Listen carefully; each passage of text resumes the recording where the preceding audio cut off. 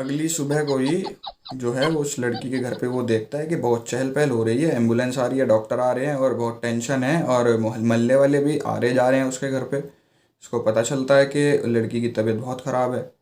ये अंदर ही अंदर बहुत खुश हो रहा था कि मेरे को मना करा था ना, अभी मैं बताऊंगा कि मैं क्या हूँ। तो अब वो लड़की जो है हॉस्पिटल पहुंचती है, डॉक्टर्स टेस्ट करते हैं, टेस्ट में कोई प्रॉब्लम ही नहीं आ रही है, टेस्ट में कुछ दिख ही नहीं रहा है, मशीन्स में सब नॉर्मल सब नॉर्मल। डॉक्टर्स पकड़ ही नहीं पा रहे हैं, फिर भी उसको दी कुछ ऊट पटांग से दवाइयाँ दी जो भी डॉक्टर्स देते हैं, क्योंकि साइंस जिंदाबाद है ना।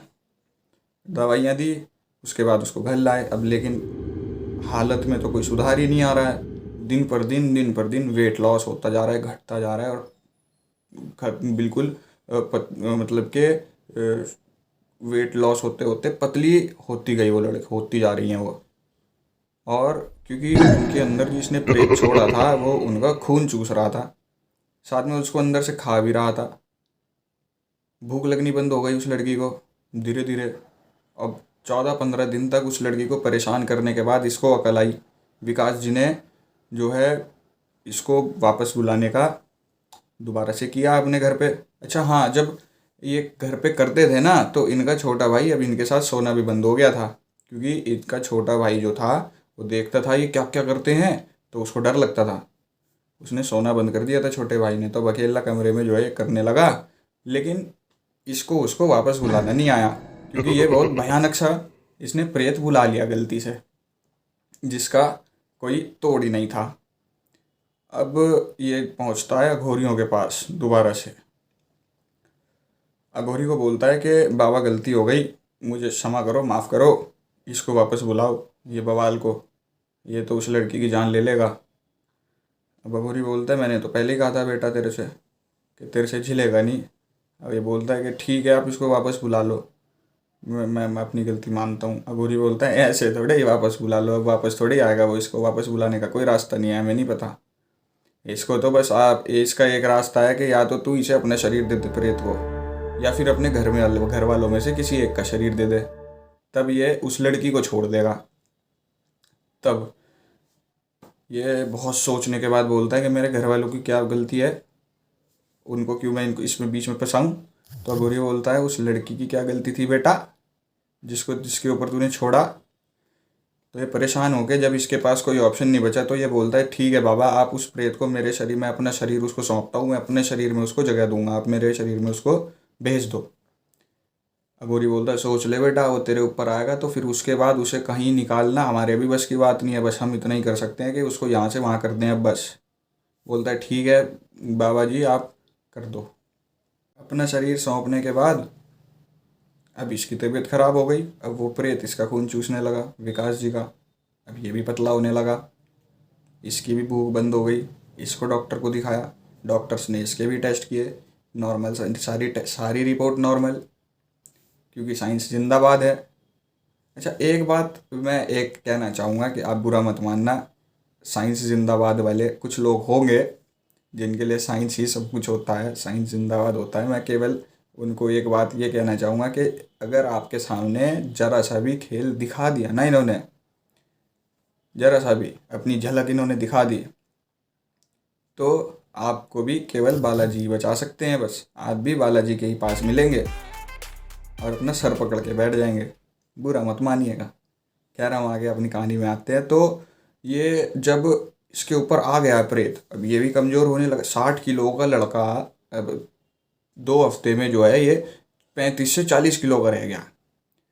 अब एक जगह क्या हुआ कि इसको दिखा लिया, टेस्ट वेस्ट सब वापस आ गया, दवाइयाँ दी, वही ऊट पटांग सी की साइंस जिंदाबाद। तो ये आए वापस, घर पे था। अब इसको ये प्रेत दिखने लगा, इसको पर्दे के पीछे, दरवाजे के पीछे, माँ इसकी सामने खड़ी होकर बात करे तो अपनी माँ के पीछे इसको साफ दिखने लगा, दिखता था वो प्रेत। लेकिन इसने अभी तक अपने घर में किसी को ये बात बताई नहीं थी कि मैं, मतलब मैं काला जादू करना करता हूँ। और ये सब होने से पहले इसने अपने काले जादू की प्रैक्टिस हर हर इंसान पे करी थी अपनी ज़िंदगी में, जो भी इसकी ज़िंदगी में थे ना। अपनी क्लास में गया, अपने बच्चों पे, एक बच्चे पे किया पहले दिन, उस बच्चे के पेट में इतना दर्द हो गया कि उसको 10 मिनट में घर भेजना पड़ा। उसके अगले दिन इसने किया दूसरे बच्चे पे। उसको जब उल्टी हुई और उल्टी में जब इसने खून देखा तो इसकी हवा टाइट हो गई है एकदम। ये तो पहले ही बता रहे थे अपनी कि मैंने ऐसा ऐसा भी किया था।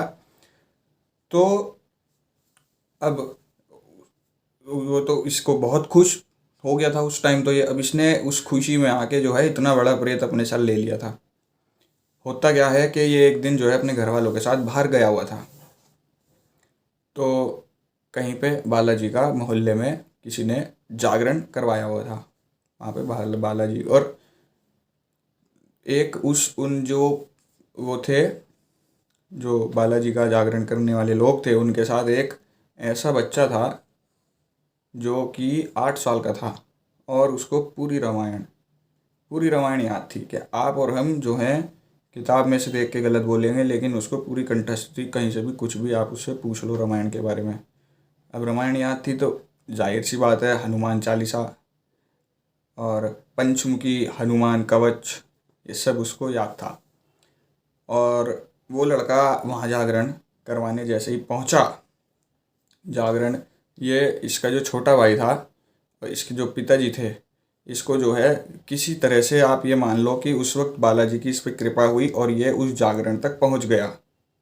उस जागरण में जाके ये बैठ गया। जैसे ही इस बच्चे ने शुरू किया, श्री गुरु चरण सरोज रज निज मन मुकुर सुधार, यहाँ जो विकास थे, ये अपना सर जो है दीवार में दे के मारने लगे। इसको हो रही थी, इसके अंदर जो प्रभु प्रेत था उसको दिक्कत हो रही थी। अब वो अलग अलग हरकतें कर रहा है, कभी आंख बड़ी कर रहा है, कभी जीभ बड़ी कर रहा है, कभी हाथों को जो है ज़मीन पे मार रहा है, कभी सर दीवार पे मार रहा है। इन हरकतों को देख के पंडाल में जितने भी लोग थे सब डरने लगे। और ये चीज़ देख के वो जो बच्चा हनुमान चालीसा गा रहा था वो भी डरने लगा। अब जब वो डरने लगा तो पंडित जी ने उस बच्चे को बोला कि बेटा, तुम्हारे ऊपर साक्षात हनुमान जी का हाथ है, तो तुम बिना घबराए बिना डरे अपनी पीठ इसकी साइड करो और हनुमान चालीसा का जप शुरू करो। और हनुमान चालीसा का जप रुकना नहीं चाहिए। पंडित जी उस छोटे से लड़के को ये बात समझाते हैं और जैसे ही हनुमान चालीसा का जप कंप्लीट होता है और समझाए अनुसार, पंडित जी के बताए अनुसार, वो लड़का पंचमुखी हनुमान कवच का जप जाप करना शुरू करता है। एक ही बार जाप करता है और वो लड़का विकास जो था, जो यहाँ पे खेल रहा था, हरकतें कर रहा था, वो ठीक हो जाता है। एक बार पंचमुखी हनुमान कवच पढ़ने से और सुनने से। बोलो जय बजरंगबली।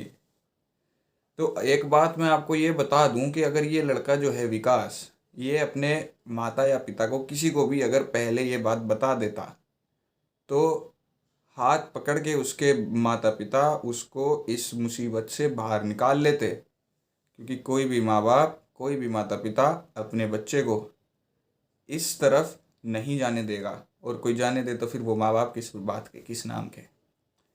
तो आज की डेट में तो वैसे ये बिल्कुल सही है लड़का अब आज विकास। और पंडित जी ने बताया कि तुम्हारे घर में मुझे कई प्रेत दिख रहे हैं, तो अपने घर में साबुन का पानी का पोछा लगाइए। इन्होंने घर पे जाके साबुन के पानी का पोछा लगाया और हनुमान जी ने पंडित जी ने हनुमान जी का एक लॉकेट दिया विकास को, तो उसने वो पहना। आज भी उसने वो लॉकेट पहन रखा है। जैसे ही पंचमुखी हनुमान कवच खत्म हुआ तो एकदम से विकास जो है होश में आया और परेशान होके, वो बहुत टूट चुका था अंदर से, उसको दिख भी रहा था वो प्रेत जो था। तो अपनी माँ से बोलता है कि माँ, मैंने एक बात आपसे छुपाई थी और मैं काला जादू कर रहा था। मैं एक किताब लेके आया था और मेरे साथ तो कोई पीछे लग गया है मेरे माँ, और वो मुझे साथ लेके जाएगा, ऐसा ऐसा बोलता है मुझे। तभी पंडित जी बोलते हैं कि विकास बेटा, वो जो तुम्हारे साथ था वो था, अब नहीं है वो तुम्हारे साथ। उसको हनुमान जी के गधे के नीचे दबा के रख लिया है हनुमान जी ने। तो उसको यकीन नहीं होता है विकास को। एकदम से कहता है, क्या पंडित जी आपको पता है, क्या आपको, आप जानते हैं? तो पंडित जी बोलते हैं कि मुझे साक्षात दिख गया था, मुझे तो साफ दिख रहा था कि तू अकेला नहीं है, तेरे साथ कोई है। और अब हनुमान जी के गधा के नीचे वो दब गया है, तो अब तुम्हें चिंता करने की ज़रूरत नहीं है। घर पे साबुन का पानी के पोछा लगाओ, साबुन के पानी का, और हनुमान जी कृपा करेंगे। तब का दिन, आज का दिन, इसने विकास ने वो किताब अपने घर से बाहर रख दी ले जाके एक जगह पे। जहाँ पे सीट होती है बैठने की, तो कोई आएगा अगर किसी को लेनी होगी तो वो खुद ले जाएगा वहाँ से, या फिर वो अपने आप ही वहाँ से डिसअपियर हो जाएगी।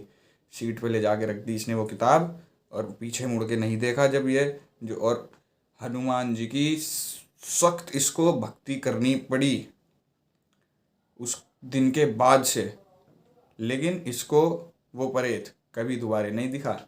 बोलो वीर बजरंगी हनुमान की जय। तो वैसे तो कहानी तो आज की ख़त्म हो गई है, लेकिन हमें किसी भी कीमत पे इन सारी चीज़ों से दूर ही रहना चाहिए। इस कहानी से भी काफ़ी कुछ हमें पता चला है। तो अगर आपने मेरी ये कहानी यहाँ तक देखी है तो आप मेरी दूसरी कहानी भी जाकर देखें और सुने दूसरी वीडियोस। आपको बहुत सी रोचक जानकारियाँ मिलेंगी और आपको बहुत ही मज़ा आएगा। तब तक के लिए बाय एंड टेक केयर।